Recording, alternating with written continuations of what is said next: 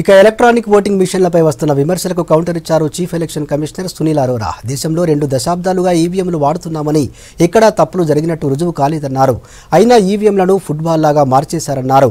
Manipulation జరిగినట్టు రుజువు కానప్పుడు ఈవీఎంలు సరిగ్గా పనిచేస్తున్నట్టే కదా అన్నారు Arora. We have been using EVMs now for more than 2 decades, and VVPATs are a recent introduction. And it is a very strange thing that even if you take from 2014 onwards, there was an election of the Lok Sabha in Delhi. There was X result, somebody won, some political entity won. Then there was an election in Delhi Assembly after 3 months. Another political entity won with a heavy margin, right? And after that, there have been so many elections in Karnataka, 5 poll-gone states. Everywhere the results have been different.